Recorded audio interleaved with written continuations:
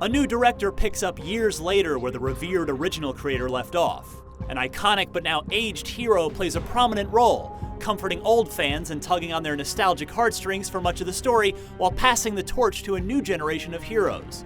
The story follows many of the same recognizable beats of the tale that started it all, and by the end you've been on a great ride that is both familiar and new at the same time. All right, time to introduce the new cog to the old cog, and clear these bucketheads out of my house.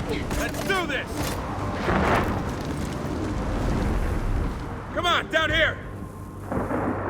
I'm talking about Gears of War 4, but if that sounds familiar, it's because there are a number of similarities between Microsoft's first internally developed Gears of War game and J.J. Abrams' Star Wars Episode 7.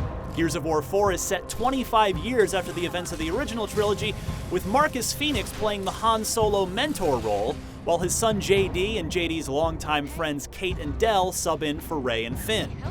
Parallels to Gears 1 aside, Gears 4 brings new elements to the series' cover-based shooting formula that fit right in with the canon.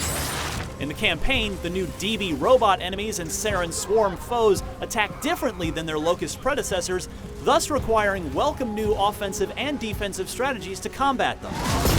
Their common denominator is that they put a lot more pressure on you than ever before, making Gears 4 especially inviting for challenge seekers playing on higher difficulty levels. Get it off me! On a similar note, Gears of War 4's new weapons integrate nicely into the established universe alongside the familiar Lancer and friends, both in campaign and multiplayer. The Buzzkill gloriously insta-gives foes when its saw blades hit their targets. The Overkill packs a wicked, if short-range, double-barrel shotgun-esque punch that's especially gratifying when other human players feel its wrath. This unit does not tolerate resistance. Design-wise, the new Gears campaign, also playable in two-player split-screen or online, succeeds thanks to a focus on variety. Aside from one drawn-out objective in Act 4, you're never in one place doing the same thing for too long during the 8-hour trek. It packs several gameplay styles, including a few thematically appropriate instances of Horde mode along with a couple other enjoyable changes of pace. Visually, this Gears doesn't pack the same jaw-dropping punch the original did, but that's no insult. Its most graphically impressive moments are tied to the weather, with wind flares producing swirling dust, swaying trees, and dancing foliage. Smartly, the heavy winds actually affect weapons with slow-moving ammo such as the Buzzkill, whose shots will arc such that they become almost useless at their normally reliable medium range, forcing you to choose your gear extra carefully in the inclement weather. Of course, Gears of War has always been backed up by great multiplayer. That hasn't changed with Gears of War 4. Both Versus and Horde, like campaign, have evolved rather than been reinvented, with predictably fun results. Gears 4 brings plenty of great game modes, most of which are tried and true Gears staples. The standout new one is Arms Race, which is basically Call of Duty's gun game, pitting each team in a race to get 3 kills each with every weapon in a certain order. It works just as well here. Escalation, aka Domination or Territories in other games, on the other hand, simply drags on far too long as a best of 13 round duel. The 5-player Horde mode, however, is once again where Gears multiplayer shines brightest. The tower defense elements introduced in Gears 3 have been iterated on for the better here, giving Horde a unique appeal compared to campaign and Versus.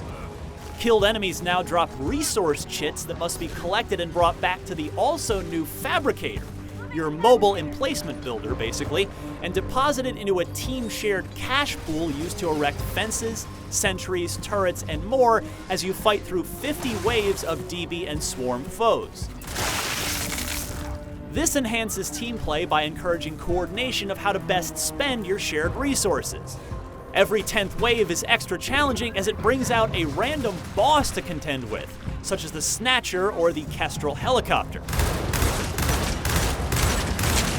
That increased sense of teamwork is aided by a new class system that emphasizes teamwork by encouraging specialized roles that grant specific action bonuses. My group's best run ended at wave 42, and we jump right back in for more, so expect many hours of replayable fun with your friends. Servers held up fine as well.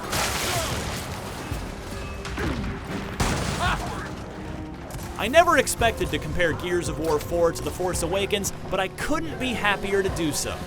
It's about as good of a franchise reawakening as I could have hoped for. J.J. Abrams would no doubt appreciate what Gears 4 accomplishes. For more on all things Gears of War, keep it tuned right here to IGN.